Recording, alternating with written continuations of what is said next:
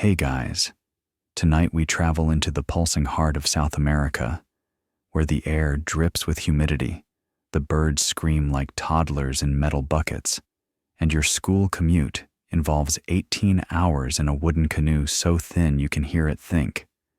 We're talking the Amazon Basin, not the rainforest postcards or nature doc slow-mos, the real thing.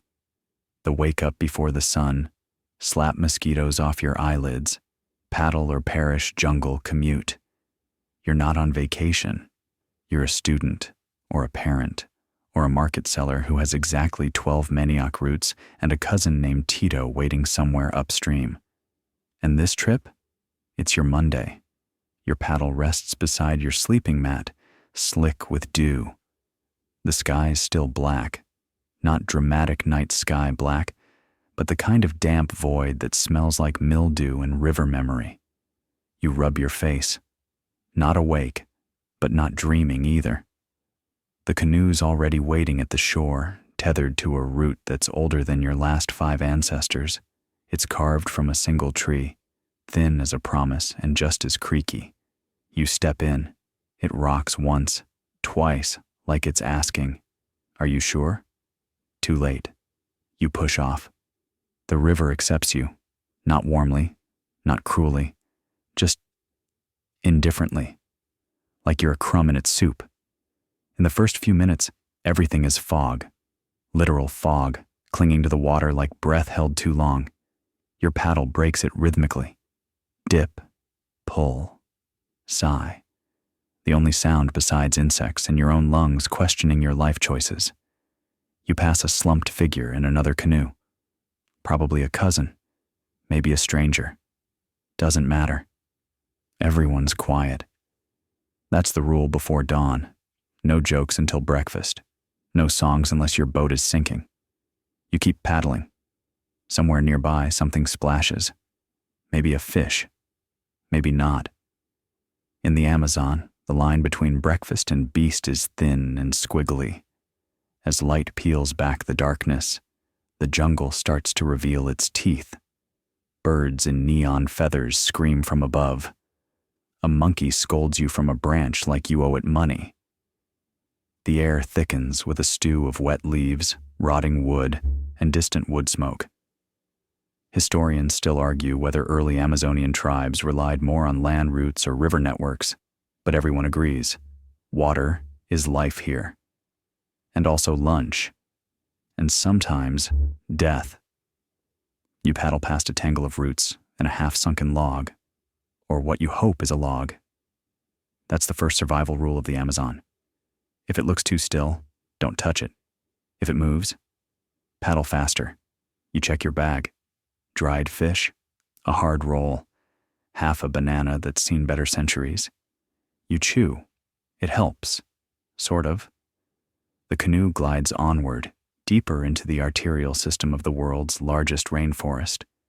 You're less a traveler now, more an extension of the current. Your paddle strokes match your breath. Your thoughts dissolve into water, and just when it feels like you might reach some sort of peace, a bug flies straight up your nose. Perfect. So, before you get comfortable, take a moment to like the video and subscribe. But only if you genuinely enjoy what I do here. And if you're listening while tucked under your covers, drop your location and local time in the comments. Let's see where history is tucking people in tonight. Now, dim the lights. Maybe turn on a fan for that soft background hum, and let's ease into tonight's journey together. By the time the sun fully rises, your arms are already beginning to mutiny. The paddle doesn't feel like a tool anymore. It's a second spine made of wet wood and silent judgment. Every push forward earns you another splash of brackish water up your sleeve, and another reminder that this isn't some weekend canoe trip with protein bars and waterproof Bluetooth speakers. This is survival. And yet, there's a rhythm here. The canoe skims over a mirror of copper and jade, the surface broken only by fish darting beneath, or the ripples left by something unseen, something too curious, or too territorial, or too patient. The Amazon River and its tributaries are the highways of the forest. Over 1,100 of them connect villages, settlements, and outposts. You're on one of the lesser-known routes, not marked on any map, known only by the way the birds stop singing before a bend or the reeds grow taller near a freshwater spring. You pass your first marker, a scarred kapok tree leaning over the river like it's eavesdropping. Local legend says it was struck by lightning 3 times and survived, which makes it the unofficial border between just the usual dangers and probably piranhas. You paddle harder. Seti once said, "The river remembers everyone who gets cocky." You believed her, especially after that one guy tried standing in his canoe to impress someone and ended up becoming a cautionary tale and the punchline to every rainy season joke. Today, your goal isn't just survival, it's arrival. There's a market waiting, or maybe a test. Maybe your little sister's school has new supplies. It doesn't matter. The reason shifts. The destination stays. You break for a quick rest under an overhanging fig tree. The shade is a relief, but only for a moment. A pair of scarlet macaws screech overhead like judgmental parents. One drops a fig. It lands on your head. You don't react. That's the second rule of Amazon survival. If it poops, screams, or bites, it's probably just saying hi. You check your water jug, half full, which means half empty, depending on your optimism index. The river water is off limits unless you like hosting stomach parasites that reproduce faster than gossip. You've got purification tablets, but they taste like despair and boiled plastic. Still, you drink, carefully. Somewhere in the reeds, a capybara watches you. Philosophically. Judging your posture, probably. You paddle again. The heat is building. Not the dry, sunny kind, the wet, towel around your soul kind. It creeps into your clothes, your bones, even your thoughts. Everything sweats, even the air. Historians still argue whether early river travelers in the Amazon developed unique paddling techniques adapted for the different seasons, or whether they just suffered and got really, really good at suffering. Either way, your shoulder agrees with both theories. You pass another canoe going the other way. A boy, maybe 12, paddling with one hand while balancing a live chicken and a basket of plantains. He doesn't wave. He just nods. You nod back. The Amazon version of sup? Your stomach growls. Lunch is still hours away. The last time you tried to eat on the canoe, a heron tried to steal your dried cassava bread and you nearly capsized. Lesson learned. Eat on land or be mocked by birds for life. Still, you risk a bite of the hard banana from earlier. It now tastes like sadness and river mold. You chew. It fuels you anyway. Another bend. Another current shift. You adjust the paddle angle. There's no GPS here, just memory and instinct and the occasional frog that sings louder when you're close to camp. You've got a long way to go. But the river isn't rushing, and neither are you. That's the secret no one tells outsiders. It's not about going fast. It's about moving right. Because speed on the Amazon gets you tired, lost, or eaten. Precision, on the other hand, precision gets you home. You adjust your grip, paddle on. Somewhere far behind you, a howl echoes. Probably a monkey? Maybe not. That's fine. You keep paddling. Because the third rule of the Amazon? If you stop moving, the jungle comes to say hello. And today? You're not ready for visitors. The jungle thickens as the day leans into late morning. The sun, though mostly veiled by the heavy canopy, still finds ways to sneak through, lancing shafts of light that glitter on the water like warnings dressed up as beauty. You lean into your stroke, muscles aching in that strangely satisfying way, The kind of ache that says, you're alive and you're doing something real. Ahead, a tree trunk half submerged in the water juts out like a skeletal finger. You steer wide. Once, you didn't. Once you clipped one just like it and spent 3 hours bailing water out with a sandal. Lesson learned. Every log is suspicious. Every shadow is possibly a submerged anaconda or worse. An old oar someone lost back in '98. The fourth rule of Amazon survival: don't assume the river is solid. Even when it looks friendly, it wants to swallow something. You spot movement on the bank.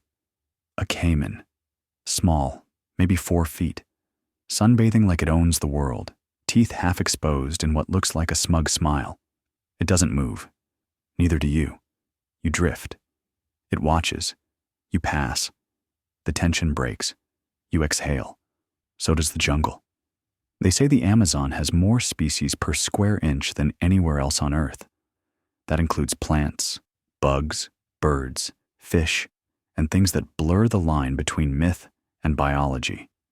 Some tribes speak of river spirits that capsize boats if you whistle past certain mangroves. Others talk of pink dolphins that turn into handsome men and seduce unsuspecting travelers during festivals. No one quite agrees where the science ends and the stories begin. You believe both. Because why not? Everything out here feels older than explanation. You pause again, this time to stretch. Your fingers tingle from gripping the paddle. You roll your shoulders and feel vertebrae pop in a line like bamboo cracking in the heat. Then you hear it, a rustle. Quick, too close. You scan the shore. A squirrel monkey scampers out, yanks a leaf, and disappears again. You laugh, loudly, for no one. Because that's the fifth rule of the Amazon. If something jumps out, it's probably harmless. If it doesn't, well, start praying. You paddle on. A breeze kicks up finally, just enough to cool the back of your neck and ruffle the edge of your shirt. The canopy shakes above like someone whispering secrets to the leaves. You catch the scent of something, sweet, earthy, faintly citrus, probably yagua fruit, or rotting mango, or, if the gods are cruel, both at once. A flash of blue to your right, macaws again, 2 of them this time, flying in lazy arcs, squawking at the wind, maybe at you. You paddle faster now, not from fear, from rhythm. Your canoe glides past an inlet where a small wooden dock juts out from a barely there path. No one in sight, but a kettle hangs from a stick above a blackened fire pit. Someone lives there, or used to, or might return at sunset with fresh fish and stories. You don't stop. You keep going, because one of the oldest river sayings is, if the hammock's still swinging, the owner's not far behind. Around the next bend, you spot something strange. Floating leaves, not just scattered, arranged. A trail of them, spiraling slightly, like someone or something wanted to leave a sign without leaving a trace. You pause. Historians still argue whether river communities used coded watermarkers for navigation, warnings, or rituals. Some say it's a dying art, replaced by plastic buoys and boat radios. Others believe it's alive, just quiet, reserved for those who know how to see. You squint. One of the leaves is folded. You nod. Message received. You veer left, taking the narrower fork. More trees, more shadow, less current, more stillness. It's quiet in a way that's heavy, like sound is being held in someone else's pocket. And then, singing, distant, software, a woman's voice, rising and falling with the hush of the water. It's not clear if it's a person or a bird mimicking one. You don't care. You just paddle to the tempo. The river narrows again, thick with floating hyacinths. You push through gently, avoiding tangles. Somewhere beneath you, fish scatter like secrets. Your water jug is nearly empty again. You reach for a tablet, crack it in half, and drop it into a spare bottle. Swish it. Wait. Stare at it like it might do a magic trick. 15 minutes of purification. You'll wait. You always do. Rule 6. Out here, patience keeps you dry, fed, and out of bite radius. The sky shifts. Clouds roll in, dark and lazy. Not a threat. Yet. But you tuck your poncho within reach anyway, just in case. You eat a bite of dried manioc cake. It tastes like cardboard, but chews like determination. And then you hear something familiar. Laughter. Not yours. Not the jungle's. Voices. You round another bend, and there it is. The checkpoint dock. A flag tied to a branch. A dog sprawled across a sun-bleached plank, and a man in a straw hat, waving with exactly zero urgency. You wave back, still 10 hours to go. But at least now, you're not alone. The man in the straw hat nods at you like an old friend even though you've never met. That's the Amazon for you. Everyone's a stranger until they're not. He waves a lazy hand toward the dock, more a suggestion than a command, and you paddle in, slow and steady, careful not to bang the hull on the warped planks. You tie off your canoe with a fraying bit of rope. The dog, a sun-stained mutt with more fleas than fur, lifts one eyelid. He approves of your existence barely. The man offers you a gourd cup filled with something the color of pond scum. You hesitate. He shrugs and drinks from his own. Rule 7. If someone offers you a drink in the jungle, it's rude to say no, and potentially dumber than saying yes. You sip. It's bitter, smoky, and oddly floral. Guaraná maybe, or brewed bark. It hits your stomach like a whispered dare. He chuckles. You're headed upriver? You nod. Market Run. Long way. You both stare at the water for a bit. That's conversation out here. He points down a side trail. You can top up your water. There's a stream. Safe today. You thank him. He waves it off, already dozing in his hammock again. Like the whole exchange was part of a dream he might resume later. You refill your bottle carefully, making sure the stream is flowing strong. You still treat it, of course. Trust is earned, even with water. As you return to your canoe, you notice the dog has moved. Closer now, sitting upright, watching you. You nod at him. He licks his paw, unimpressed. Back in the boat, you settle into a paddling rhythm that feels almost meditative. Your hands know the motion now. The paddle dips, pulls, lifts. Again. Again. It's like breathing. You pass a narrow bend where the trees press so close they whisper against each other. A sloth hangs upside down from a branch, blinking at you like you interrupted a slow-motion dream. You blink back. Farther along, you spot something strange. A boat, abandoned, tethered awkwardly to a fallen log, half swallowed by water hyacinth. No sign of its owner. You float past slowly. Your gut tightens for a moment. Rule 8. If a boat looks like it's been waiting too long, don't ask why. The jungle doesn't like questions it didn't write. You keep paddling. The current helps for a while, gliding you forward like it's finally rooting for you. You relax into it, drifting past riverbanks thick with tangled roots and the heavy scent of moss and cinnamon vine. A toucan squawks from a high perch, ridiculous and regal all at once. You check the sun, high now, past noon, which means lunch. You nudge the canoe toward a quiet bank and anchor it with a stick through the shallow mud. There's a mossy patch nearby, good enough for sitting. You unwrap a leaf parcel, smoked fish, a pinch of salt, and boiled cassava.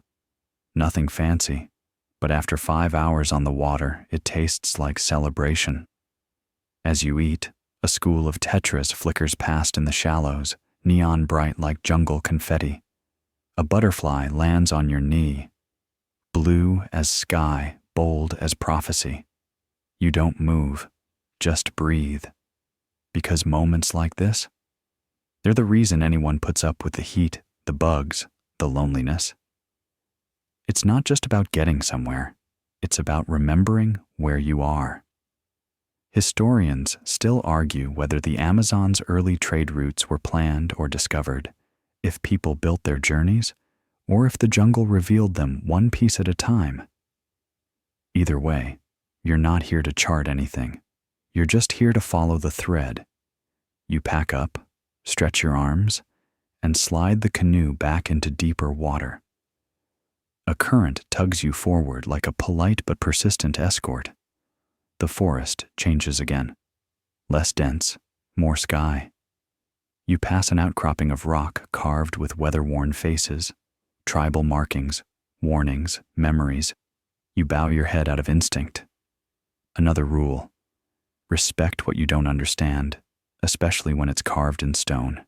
You paddle on. Another hour, maybe 2.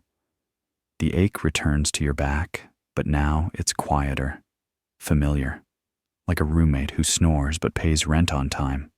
A breeze catches the edge of your shirt. You look up. Clouds, thicker, darker. The air shifts, pressure drops. A storm is coming. You reach into your pack, grab your poncho, and pull it over your head in one motion so practiced it feels ceremonial. Raindrops begin like polite guests knocking. Then they barge in. The sky opens. Rain hammers the river, turning it into a drum. You paddle through it, blind but grinning, because this madness, is the jungle's way of checking if you're paying attention. You are. You paddle harder. The water blurs the edges of everything. Sky and river and trees melt into one wet kaleidoscope. But you stay upright. You don't panic, because you've been here before. And this time, you're not just surviving. You're belonging. You ride the storm like a borrowed animal, sleek and fast and soaked to the soul. The canoe shudders but holds. Your hands burn. Your heart pounds.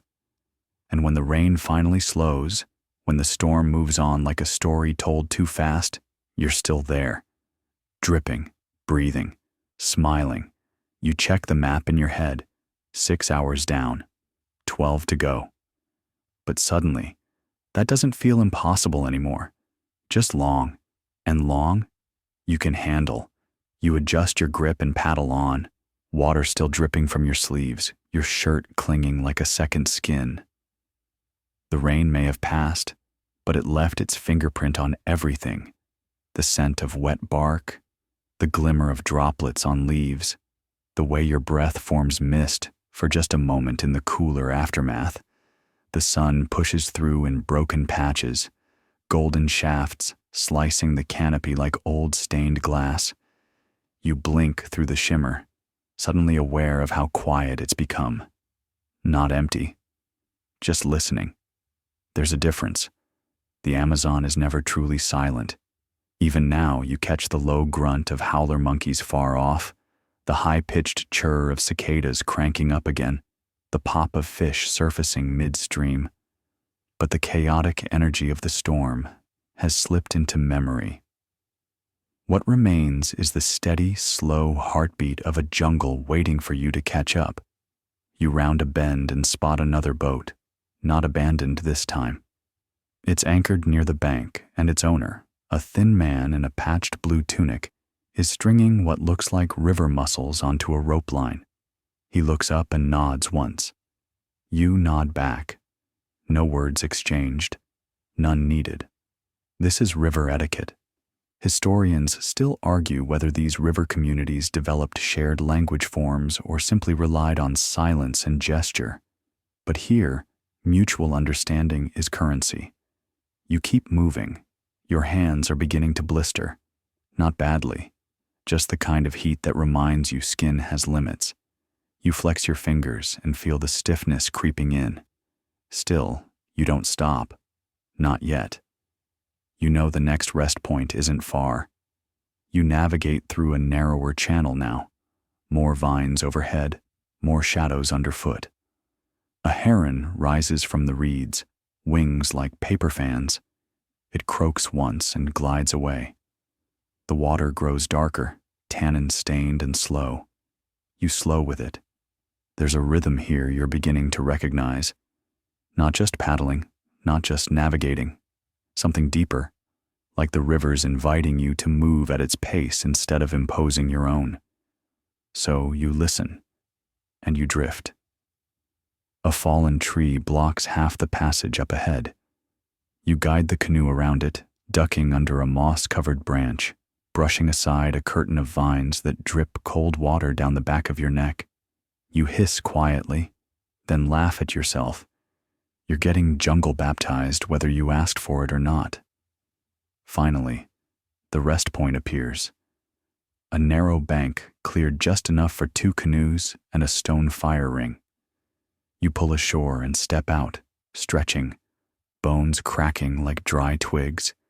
Your legs are unsteady, but they forgive you. You unload your bag, lay out your poncho to dry, and plop down onto a log. The fire pit is cold, but ready. You don't need a flame, just the sense that you could build one if you wanted, that you know how, that the jungle hasn't beaten that out of you. Your lunch this time is dried plantain and a pouch of beans soaked overnight in salt and something that tastes faintly of garlic. You eat with your fingers. It's not elegant, but it's good. Satisfying in a way that prepackaged food never manages to be. As you chew, a capuchin monkey eyes you from the trees. You toss him a bit of plantain. He disappears. But 5 minutes later, you hear another branch rustle, and now there are 3 monkeys. You sigh. Jungle Rule 9. If you feed one, you feed them all. You pack up what's left, tighten your straps, and head back to the canoe.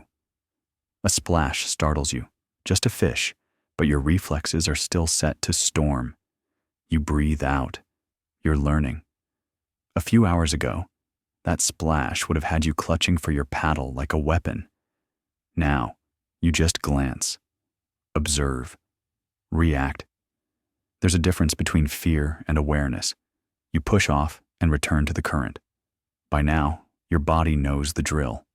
Diploma pull, glide, adjust. The paddling becomes background music, the real song playing in your ears composed of layered jungle textures, leaves rustling, birds calling, water sloshing gently. You hum a little tune without meaning to. The Amazon has always been a place of rhythm. Historians still argue whether early indigenous tribes chose their settlements based on sound, the locations where birdsong echoed best, where the water lulled instead of roared. Some believe that in a place where vision is blocked, you lead with your ears. That feels true right now. You pass a pair of scarlet macaws, preening each other on a low branch, their feathers like molten rubies in the fading light. They squawk at you, somewhere between greeting and complaint. The sun dips lower, shadows stretching long fingers across the water. You check your internal clock, probably around 10 o'clock, more than halfway. But now's the time to be careful. This is the danger zone, not because it's the hardest part, because you're tempted to think it isn't. Fatigue has a sneaky confidence to it. It whispers, "You've done this much, you're fine." That's when the mistakes happen. A misjudged turn, a bad decision about where to rest, a forgotten bottle cap, a moment of zoning out just long enough to drift too far into the reeds. So you stay sharp. You hum louder. The canoe carries you past a curve where the river suddenly widens, like a breath being released. The light hits the surface in scattered gold. It's beautiful. You want to stop and watch. You don't. Instead, you promise yourself you'll remember, that you'll store the image like a pressed leaf in your brain. Water, light, stillness, so you can pull it out later when the city feels too loud, too much. Your paddle hits a patch of debris, sticks, leaves, one bright orange soda bottle, sadly modern and out of place. You fish it out and stow it in your bag. That's another rule out here. Leave the river better than you found it, even if it's just one bottle. The sun slides into the trees. Twilight now. You reach for your headlamp, but don't turn it on yet. You want to savor this moment between sun and night, when the jungle is neither awake nor asleep, when the air feels like velvet, when the world holds its breath just long enough for you to hear your own heartbeat, steady and strong. You smile, because you've made it this far, and you're still here, still listening, still paddling, still choosing to keep going. Darkness in the Amazon doesn't arrive like a polite guest. It doesn't knock or ease its way in. It falls, sudden and certain, like a curtain dropping mid-performance. One moment, the sky is stained with the last brushstrokes of coral and gold. The next, it's ink. You reach for your headlamp again, this time flicking it on. A soft halo of white pierces the black, lighting up the water just ahead and casting long, jittery shadows on the tree-lined banks. The jungle responds in kind. Frogs begin to sing in layers of rhythm. Crickets buzz like an ancient language. Somewhere in the dark, a caiman slips into the water with barely a splash. You keep paddling, because now you've entered the true test of endurance, not muscle, not willpower, but attention. Night paddling in the Amazon is an exercise in mindfulness. Every leaf could be hiding something. Every rustle could mean something important, or absolutely nothing at all. You learn to listen differently, to weigh the sound of a splash. Is it fish? Bird? Trouble? You pass under a thick arch of vines and lean back slightly, ducking just in time to avoid a low-hanging branch. Your paddle hits the water and sends a small burst of ripples outward. The light from your headlamp bounces off a log and glows in a pair of round eyes. An owl. It blinks once, unimpressed, and swivels its head without another sound. You take a deep breath. The air is heavier now, cooler, carrying a faint smell of mud and decay. But not unpleasant, just honest. This is the jungle's truth. Everything that grows eventually falls. Everything that falls feeds what grows again. You pass a cluster of fireflies. Their lights flicker on and off like signals from another world. For a moment, you kill your lamp just to drift through them. Bioluminescent sparks dancing across your vision like a galaxy made of insects. And then you hear it. The low rhythmic drone of drums. Faint, far off, but unmistakable. Festival music. That's your marker, a village somewhere ahead. Maybe the one you're heading to. Maybe just another stop along the current.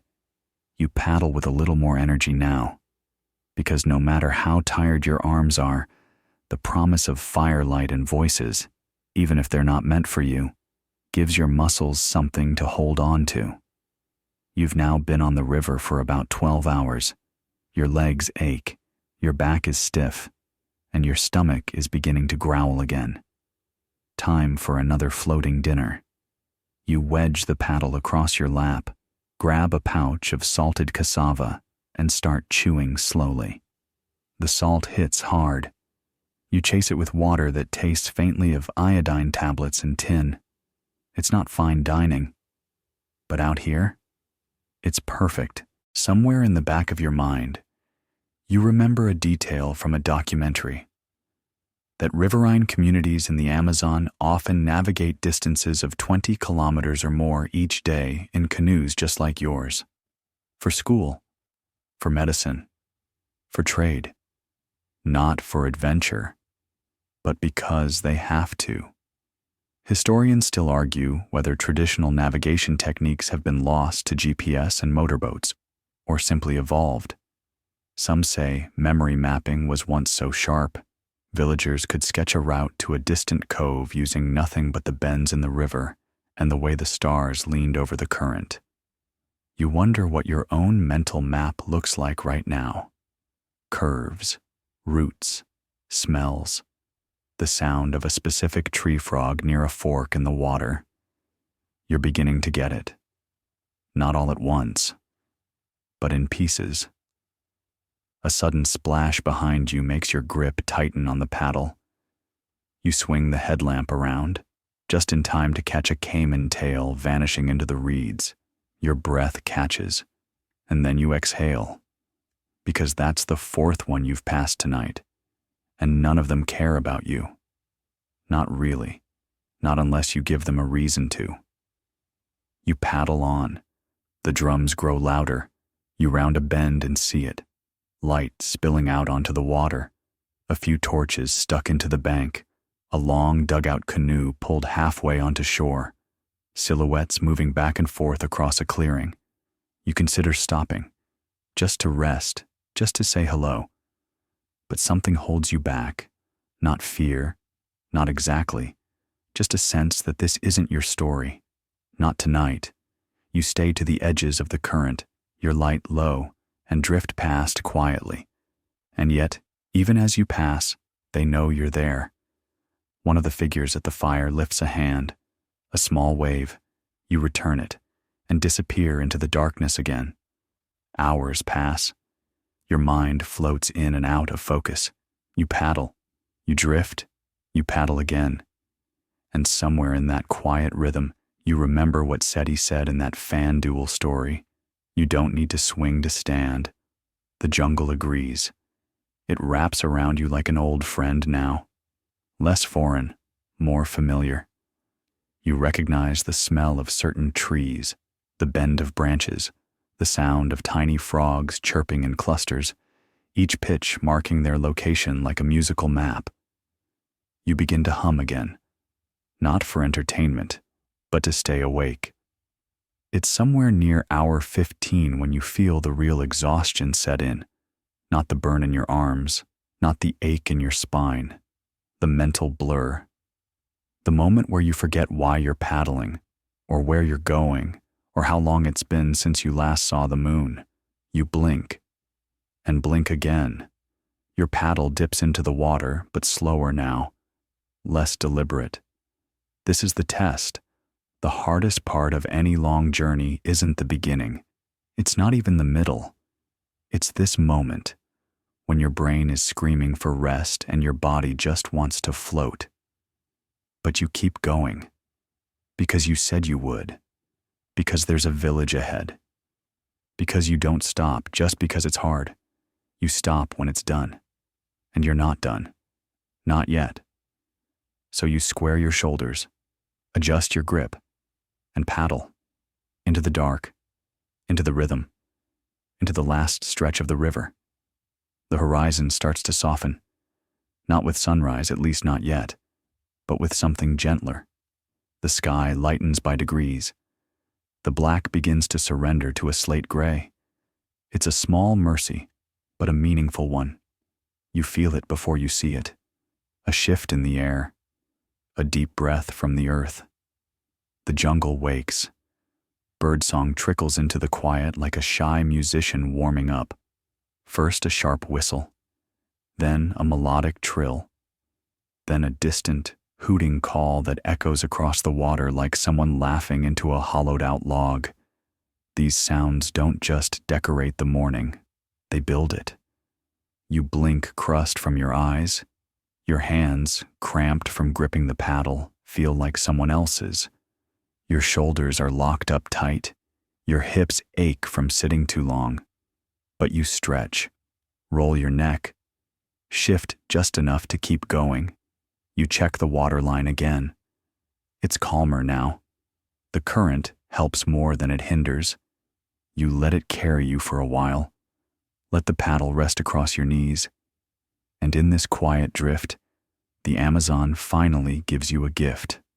Pink dolphins. Just 2 of them. They break the surface with a soft puff of breath, gliding beside your canoe like underwater spirits.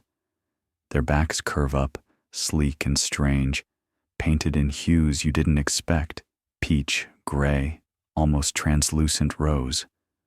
One of them looks directly at you. You smile without thinking. You're not supposed to chase them. Local wisdom says they bring both luck and warnings. Stories vary. Some say they're shapeshifters who walk on land at night. Others insist they can steal your soul with a kiss. Historians still argue whether the pink dolphin legends came from truth, metaphor, or sheer jungle imagination. But everyone agrees on one thing. When they appear, pay attention. And so you do. They swim alongside for less than a minute, then vanish. No splash, no farewell, just gone. But you feel changed anyway, like you've been noticed by the river itself. The sky now moves from slate to ash blue. The trees are no longer shadows. They have edges again. Definition, color. You see the bright yellow crest of a toucan darting through a palm frond. A monkey shrieks far off, arguing about something it will forget 5 minutes later. You paddle again, more steadily now. The fatigue is still there, but it's a different kind of tired, one you've made peace with. Like a passenger you didn't invite, but now depend on for company. You round a final bend, and there it is. Smoke. Not thick, not dangerous, just the thin white ribbon of cooking fires. It curls upward into the morning sky from behind a tangle of trees. Your breath catches. This is it. The village. You guide the canoe forward slowly, careful not to ram into the shallows. The water here is clearer, calmer. The banks slope upward into mud brick houses with woven palm roofs. Chickens scatter along the edges. Children sit on logs, blinking sleepily. One of them scratching a dog behind the ears with an intensity usually reserved for solving puzzles. You paddle to a small dock, just 3 planks nailed together, and tie off with hands that can barely grip the rope. You don't stand yet. You sit there for a moment, soaking it in. You've made it. 18 hours, give or take.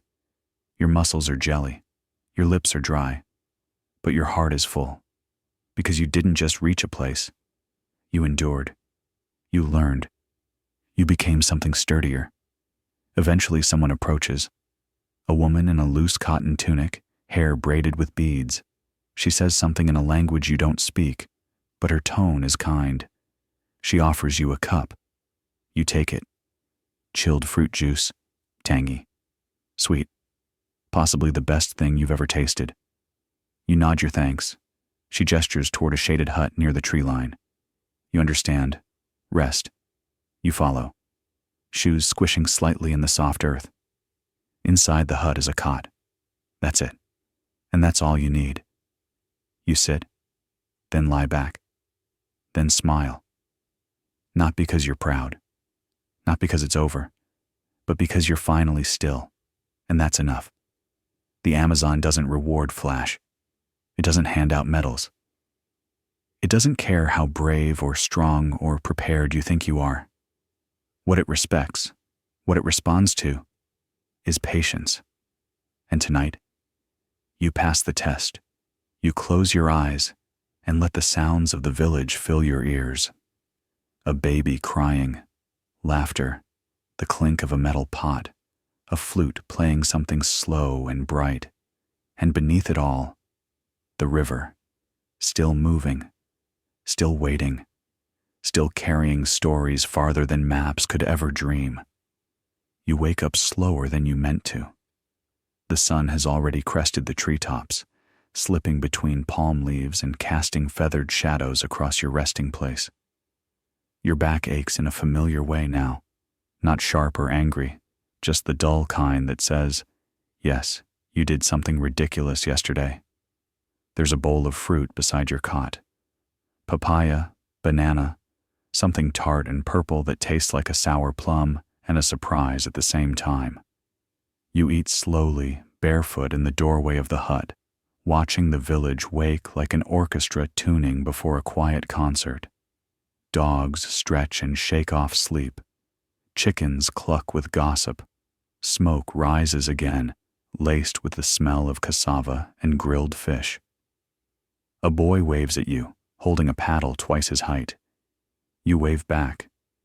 You're not going anywhere today. Today is for recovery. And maybe learning what comes after surviving the Amazon in a canoe. You spend the morning walking the perimeter of the village. It's not large, maybe a dozen homes spaced like polite neighbors. Each one tells a story in its own way. Shells hang from a doorway, catching the wind and making music. One wall is covered in ochre handprints, layered over years.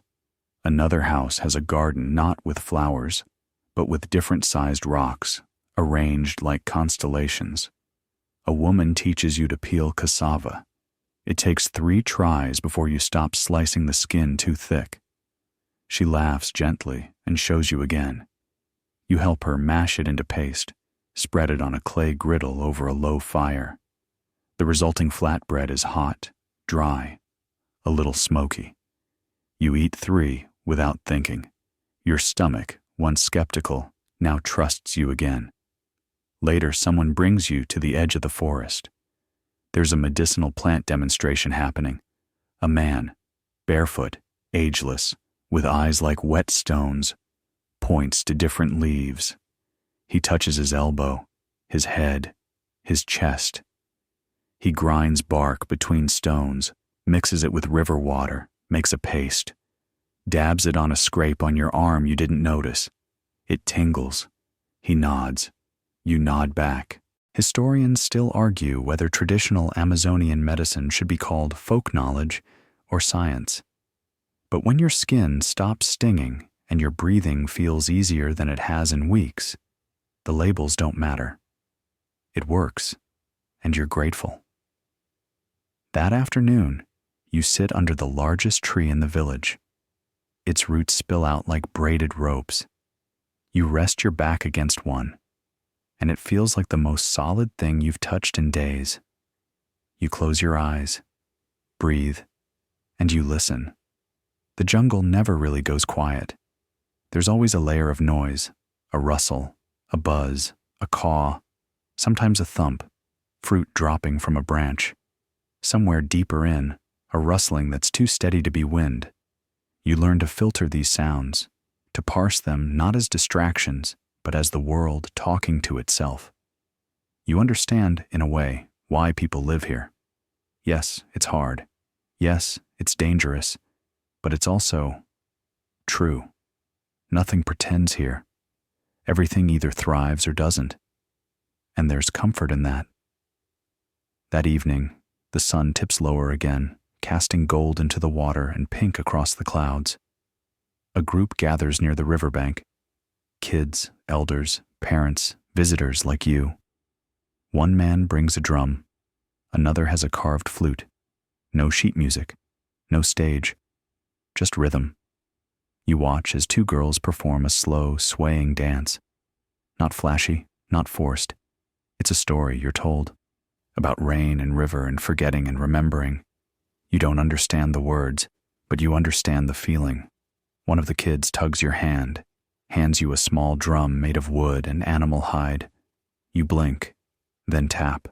1 beat, then another, then a rhythm. They smile. You smile back. This, too, is survival. The kind that comes after the danger. The kind that teaches you to be part of something again. That night, you sleep outside. Not because the hut is uncomfortable, but because the sky is full of stars. More than you thought existed. You lie back on a woven mat, arms crossed behind your head, and let the night cover you like a warm story with no ending. You remember the canoe, the curve of the paddle, the ache in your spine, the dolphins, the fear, the triumph. You remember the moment you almost turned back. You didn't. And now you rest. Because the river taught you something no guidebook ever could. There's more than one way to arrive. You wake to the sound of humming, soft and steady, like someone stirring the morning with a spoon. The sky above you is lavender, fading at the edges like soaked parchment. The stars are gone, but the hush they left behind lingers. You stretch, your shoulders creak, your calves mumble. But everything else feels light, clean, like the jungle's exhale soaked into your sleep and carried away the last of the panic. Seti's voice might say something wise here, something about journeys and silence and the part of the road that begins after the road ends. But today, there's no Seti, no guide, no voice in your ear except your own. You're invited to help with morning fishing, not the net casting kind, the pack-you watching, spear tossing, knee-deep in the river kind. A boy leads you down to a tributary fork where the water shallows into golden silt. Fish shimmer there, just below the surface, gossamer shapes darting between sunbeams and mud. He hands you a spear. You hold it like a broom. He adjusts your grip silently, then points, waits. You try once, miss twice, splat, third time, close enough. He nods, not impressed, just acknowledging. That's something new you've learned. Approval here doesn't come with applause. It comes with inclusion, with being handed another spear, with being asked to try again. Historians still argue whether indigenous fishing methods were primitive or brilliant. But a net that weaves itself from vines, bait fermented in banana leaves, and a spear toss taught by a 12-year-old in silence feels pretty brilliant to you. You finally catch one. Tiny, shiny, but yours. The boy grins. You grin back. Back at the village, the morning stretches out lazy and golden. Someone's playing a stringed instrument you've never seen. Half gourd, half daydream. Kids skip stones near the riverbank. A woman dyes cloth with indigo and laughs at your attempt to guess what plant it came from. You offer to help with firewood. They hand you a machete. The jungle's edge greets you again, sun-dappled, vine-thick, breathing in its secret way. You tread carefully, machete in hand, remembering the rhythm. Swing low, step, lift, swing, gather. You think about how yesterday you were a tourist, and today? You're something else, not a local, not yet, but not lost either. The pile of firewood at your feet says so. After lunch, which includes your humble fish grilled with garlic and wild lime, you rest in a hammock. First cautiously, then fully. The sway of it rocks you like the river used to. You realize, somewhere between breaths, that you're not waiting anymore, not measuring time by checkpoints. You've let go of the clock, and it's blissful. Later, a visiting elder arrives from a neighboring village. She wears feathers in her hair and carries a pouch of carved stones. She speaks through a translator, but her eyes say plenty on their own. She tells stories about a river that used to run backward, about a snake so long it formed the curve of the Amazon, about stars that were once people who climbed too high on tree vines and stayed. You're not sure which parts are metaphor. You don't want to know, because some stories are meant to feel true, not be true. She asks you to share something from your world. You hesitate, then open your notebook. You draw the canoe. You draw the dolphin. You draw yourself, small and tired, holding a paddle longer than your patience. She studies it, then nods, presses a stone into your palm. You don't ask what it means. You just hold it. That evening, the sky blooms violet and orange. A storm threatens on the far edge of the river, lightning flickering like flashbulbs behind a gauze curtain of clouds. You help tie down the tarps. You carry baskets inside. You stir a pot of something rich with beans and spice and roots you can't name. It starts to rain, hard, but no one scrambles, no one frets. The village folds into itself, quiet and warm, like a turtle retreating into its shell. You sit by the fire and listen. The storm claps. The roof holds. Someone tells a joke in a language you barely grasp. You laugh anyway, not because you understand, but because it feels good. That night, you fall asleep to the sound of rain on palm thatch, frogs singing backup, and your breath finally syncing with the Amazon's rhythm, not as a visitor, but as someone welcomed. You wake in the middle of the night, unsure why. The rain has stopped, but the air hums, charged, thick with the kind of silence that feels purposeful. The fire is nothing but embers now, soft red glows pulsing in the darkness like sleepy fireflies. You sit up slowly, blinking away the dreams. Your hand finds the stone the elder gave you, still warm. Or maybe that's just your palm remembering. There's movement near the edge of the camp. Someone walking barefoot, a flicker of silhouette against the moon-patched grass. You hesitate for a second, then follow. It's not about curiosity. It's about rhythm. You're beginning to understand when to stay still and when to move. And something about this moment feels like motion. You keep your steps quiet, not sneaky, respectful. You don't want to intrude, just witness. The figure stops by the riverbank. It's the elder. She kneels, not in prayer exactly, but in alignment. She places both palms on the ground, hums a single note, and tilts her head toward the trees as if listening. Then she speaks. Soft words, untranslated. You step back, not to leave, but to give space, to honor the act without claiming it. Later, you ask about it. A young man explains. She was asking the river for tomorrow. You nod like that makes sense, because it kind of does. Historians still argue whether these rituals are spiritual in the religious sense, or simply expressions of human instinct to harmonize with nature. Anthropologists call them animistic echoes. Sociologists say they reinforce community hierarchy. But you just think they're beautiful. By dawn, you're back in your hammock, the stone in your hand, the story in your head, and the whisper of the river running steady and slow. Morning arrives with steam rising from leaves, like the forest itself is brewing tea. Breakfast is cassava pancakes, honeyed and crisp on the edges, served with a mug of herbal brew so strong it might actually give your thoughts caffeine. You sit cross-legged by the fire, surrounded by warmth, literal and emotional. No one says much. They don't have to. Everything's been said in laughter, in chores, in the hand on your shoulder when your spear finally landed last night's fish. You ask to help with something new. They point you toward the dye pots, indigo, saffron, madder root. You learn to crush leaves, soak bark, stir slow. The colors seep into the cloth and your fingers and eventually your mind. The patience of it is hypnotic. Each dye has its rhythm, each fabric, its story. You paint a spiral onto one, your first attempt.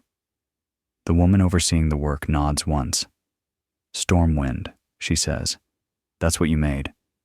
You didn't mean to, but you like it. Later, you're asked to join the elders for a walk. Not for ceremony, for survey. They're checking the water paths, seeing where the flood is pulled back, where the banks have held, where the plants are thriving or failing. You go barefoot. The mud sucks at your toes. The sun dapples the water. A heron lifts off nearby, slow and regal as a thought you forgot to write down.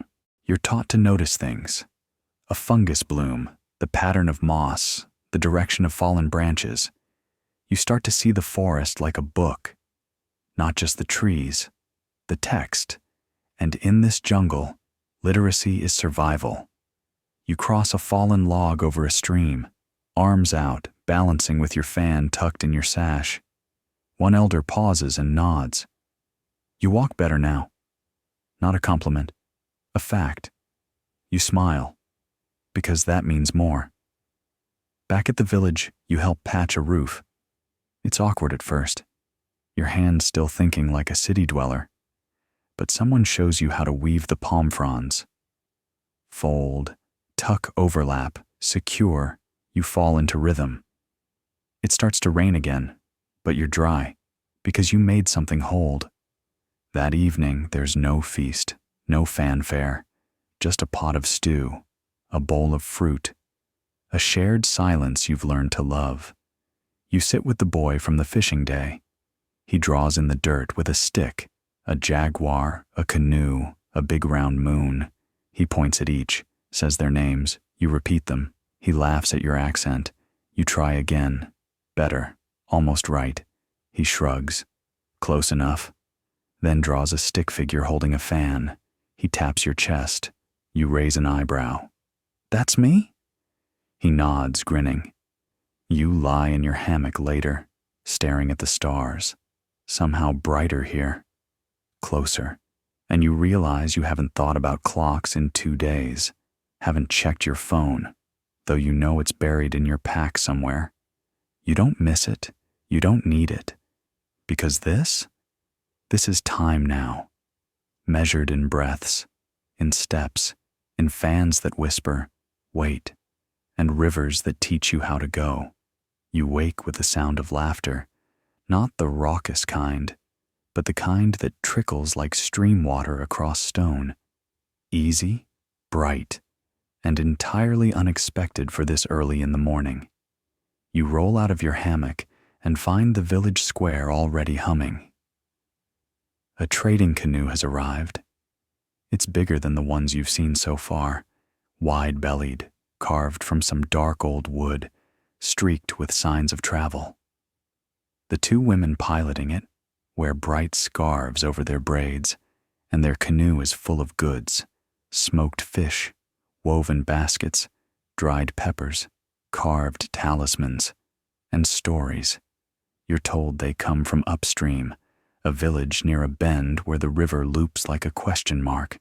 It takes 3 days to get here, maybe 4 if the weather's drunk. You're drawn in by the colors first, then the rhythm, then the stories.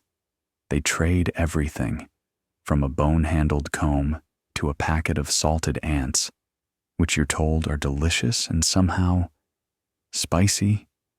You end up with a woven bracelet dyed in ash blue and mango orange. Not because you bought it, just because the younger woman handed it to you and said, for the listener. You wear it. And suddenly, you are listening. She talks about floods, about fireflies, about a tree that grows backward on purpose. Her sister adds more every few minutes, but mostly just makes faces at the village kids who giggle and dodge her mock grabs. You ask how long they'll stay. They say, until the wind changes. You don't ask what that means. You kind of already know. By late morning, the women begin to pack up. Before they leave, the elder offers them gifts, a wrapped leaf bundle, a carved whistle, a few words you don't catch. Then, as they drift off down the river, they sing. Not a performance, just a tune to accompany the paddles. You stand at the shore until the song fades behind the trees. Seti joins you, handing over a half-sweet mango. You like them, she says. You nod. The traders? No, she says. The ones who move without forgetting. You sit in the shade that afternoon and think about movement. You've traveled far without leaving this place. Time has bent around you. You've lost track of days. Not in confusion, but in surrender. And tonight, you'll move again. Another elder approaches as the sun begins to sink, a wiry man with hands like gnarled vines and eyes that have definitely seen a storm or two. He holds a paddle in one hand, a folded cloth bundle in the other. He says, "We go before dawn. Bring your fan."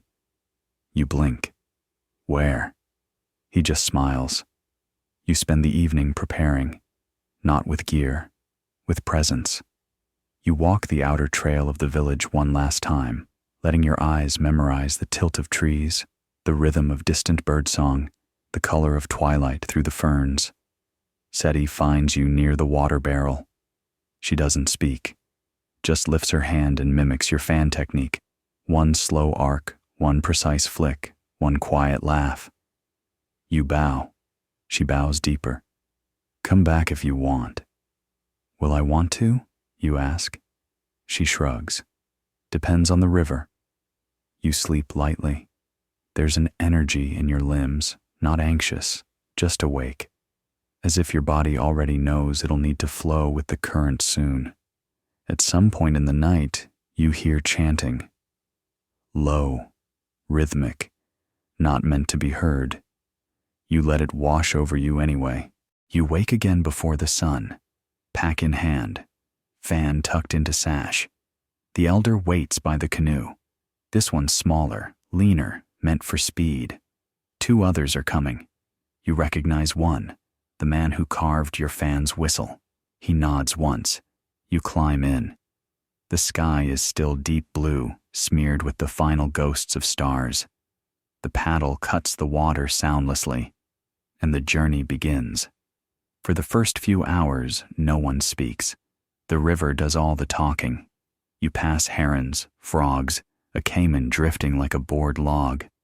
You pass silence, broken only by the creak of wood and the sigh of leaf canopies shifting. Eventually, someone hums a tune. You recognize it, the song the traders sang. You smile, because now it's yours too. Around midday, you stop by a riverbank shaded by enormous trees, their roots arched like cathedral beams. You share a meal of roasted plantain, salted fish, and a sticky fruit you've never seen before, but love immediately. Rest here, the elder says. We'll reach the fork by dusk. You doze with your back against the canoe, dream of maps made of leaves, of rivers shaped like riddles, of fans that don't fold but bloom. When you wake, the sky has turned golden, the river has widened, and in the distance, you see another canoe, slipping around the bend like it belongs to the wind. You wonder if you'll meet again. You wonder if that matters. Because here, everything connects. Even if it flows apart later, you grip your fan lightly. It doesn't need to be open to work. Sometimes presence alone is enough. And as the final stretch of water opens before you, still and deep and shimmering like glass, you realize this journey isn't about learning a new world. It's about remembering how to listen to the old one.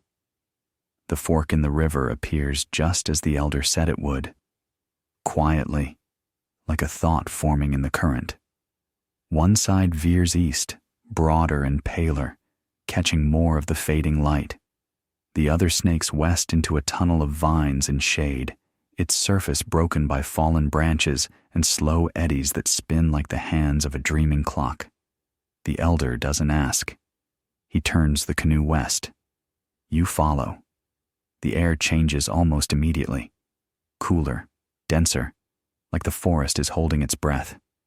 You sit forward a little. Not from anxiety, just attention. Here, the journey sharpens. Each paddle stroke echoes, and the bird song is less frequent, but more precise, like every note was rehearsed. Someone behind you mutters something about spirits. You don't catch the full sentence, but the way they say it, half in reverence and half in warning, tells you enough. This is one of those in-between places, not marked on maps, not drawn in lines, but real, undeniably. You clutch your fan, not to use, just to remember who you are. Because out here, identity can slosh around like river water, loose, shapeless. You need something to anchor you. Seti once said that fans were never really weapons, just mirrors. Now you understand. A branch breaks overhead. You duck instinctively, then laugh quietly, because your nerves are tuning to the trees. By early evening, the canoe pulls into a half-hidden inlet, barely wide enough for the boat, shallow enough to see the sandy bottom littered with smooth river stones. One looks shaped like a foot, another like a curled fish. You step out barefoot, grateful for the grounding. The elder nods to a nearby rise in the forest, a low bluff with carved stones resting at its peak. You climb, and there, under a canopy of red-blossomed vines, is a clearing, small, intentional, rocks arranged in a circle, a platform made from layered wood and palm, and in the center, an offering, a single folded fan, old and water-damaged, resting atop a bowl of fire-blackened seeds. "This is where we listen," the elder says. You don't ask who "we" means, because if you're here, you're already included. You sit. Others do the same. And silence falls. But not empty silence. This is the silence with corners and edges, the kind you can walk around in your mind, the kind that teaches. As dusk slides into full night, the elder begins to speak. Not loudly, not formally, just words offered like fruit. He talks of a time when the river ran backward, when jaguars whispered names into trees, when a boy refused to carry a blade and was mocked until he stilled a war with a fan painted in fish scales and smoke. You know this is more than story. It's framework, philosophy wrapped in parable, a bedtime tale sharpened into guidance. Historians still argue, the elder says, whether the fan was ever truly feared, whether its weight meant anything outside of show. He smiles at the fireflies. But the ones who lived with it, they didn't argue. They just knew. You glance down at your own fan. It's closed, but warm. Alive. Someone begins to hum, a deep, steady note that harmonizes with the crickets and the rustling of the trees. One by one, the group joins. You do too, at first uncertain, but then steady. No melody, just vibration. And in that low sound, you feel a kind of belonging you didn't ask for, but needed. The elder places a hand on your shoulder, and then, just like that, it's over. No announcement, no conclusion. The group disperses like mist, some to the boats, some to hammocks strung in the trees. You stay a little longer, watching the stars wink through the canopy. One falls. You don't make a wish. You just breathe. Later, lying in your hammock near the boat, you whisper to your fan. You say thank you, not for protecting you, but for teaching you to protect peace. The water laps softly below. You dream of the boy with the fish scale fan, and wonder if he ever felt as full as you do now. The next morning is mist and hush. No sunrise, just a slow brightening, like the forest turning over in its sleep. You rise early, body aching in quiet, honest ways, not from battle, from becoming. The canoe rocks gently beside the riverbank, already half loaded with woven bundles, food packets, and a few trailing vines that decided the boat looked like home. Today is the return journey. Same river, different you. Seti's voice crackles through the dawn mist. You ready? You nod. She doesn't smile, doesn't tease. She just hands you a small pouch of toasted corn and dried mango and gestures to your spot in the canoe. Everyone moves slower this morning, not because of fatigue, but because of reverence. You feel it in the way the paddles enter the water, not with force, but with permission. You're moving downstream now, which means less work, more time to watch, to listen, to wonder if the river remembers. You think it might. The current carries you through places you passed days ago, but they feel unfamiliar, like looking at your own handwriting upside down. The trees arch overhead, forming quiet cathedrals. A scarlet macaw flits from one branch to another, dragging your gaze across the tree line like punctuation.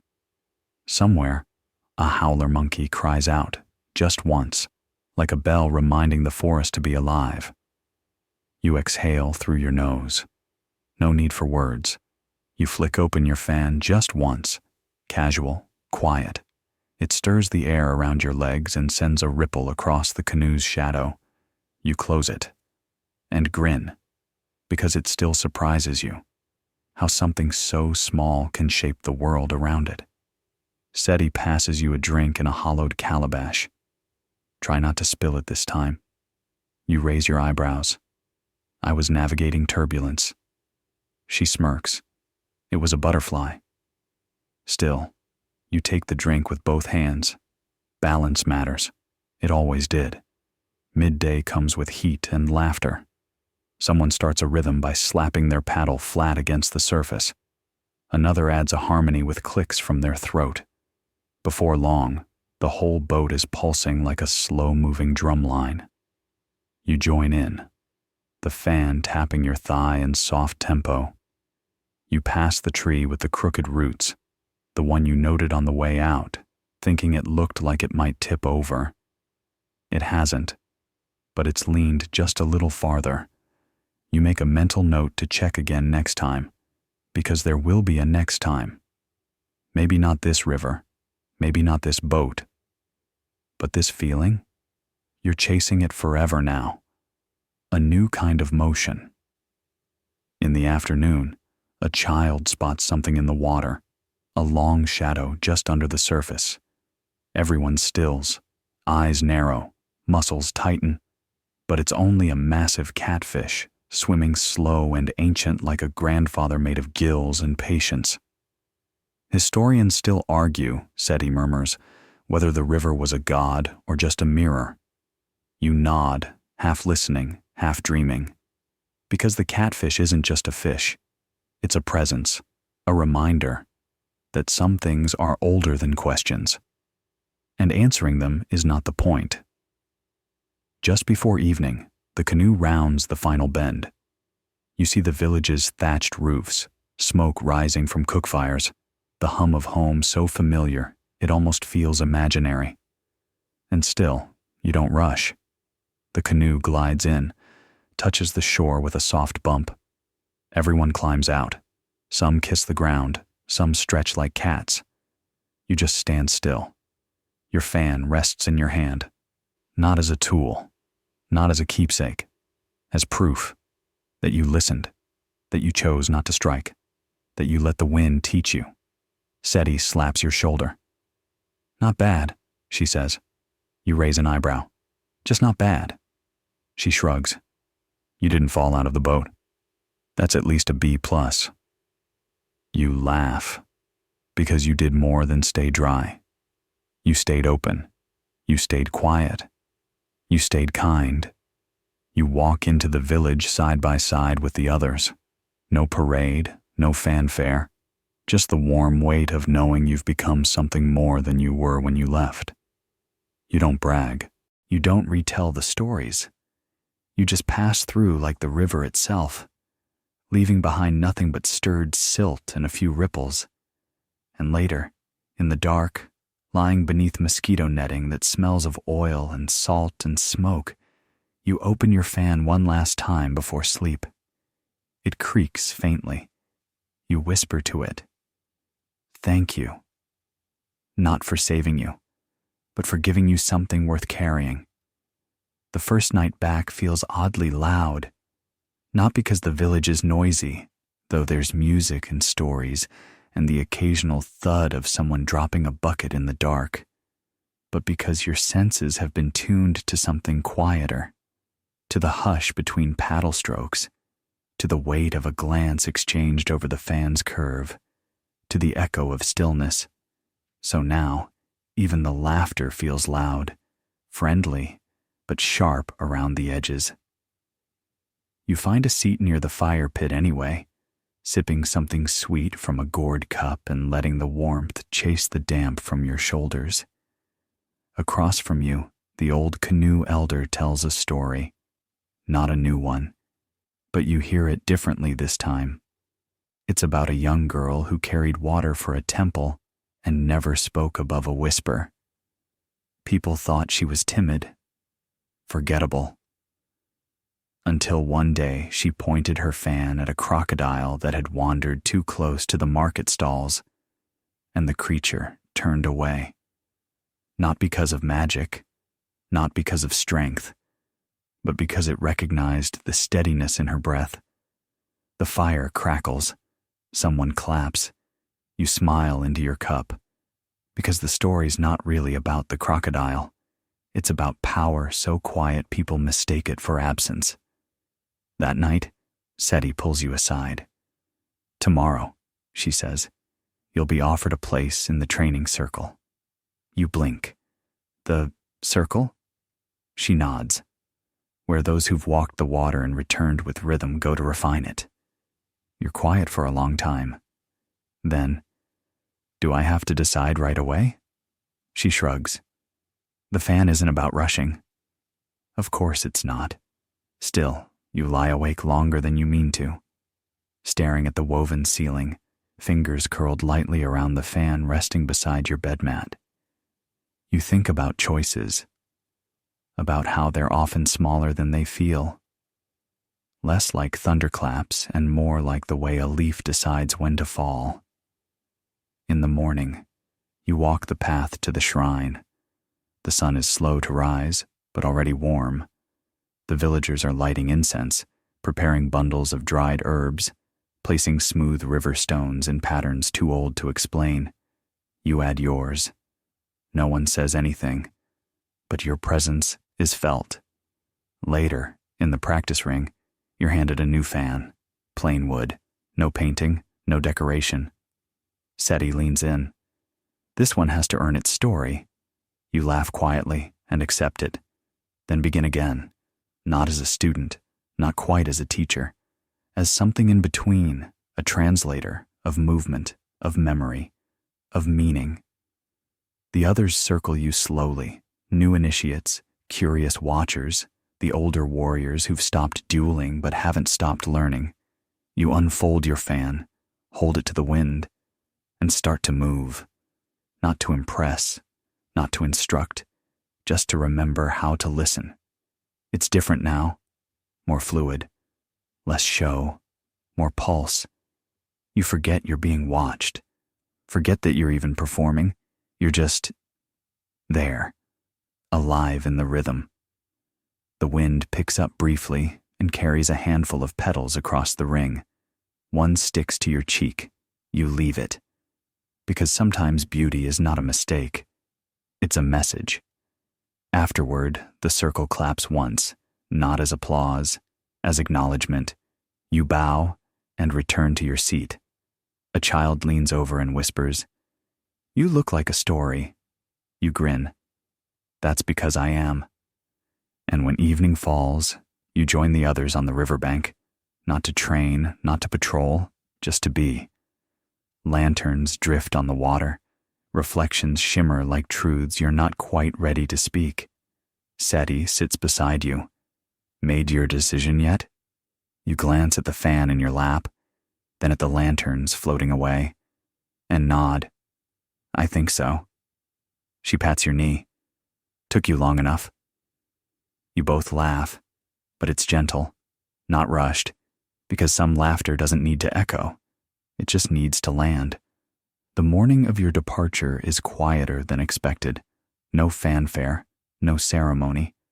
Just the soft rustle of reed mats being rolled, a few sleepy voices trading news over bowls of porridge, and the distant splash of someone washing clothes down at the river bend.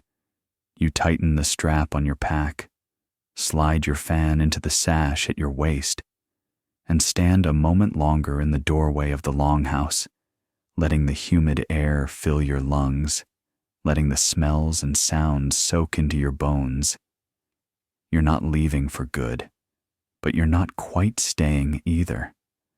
That's the strange part about learning something transformative. You carry it forward, but part of you always stays behind.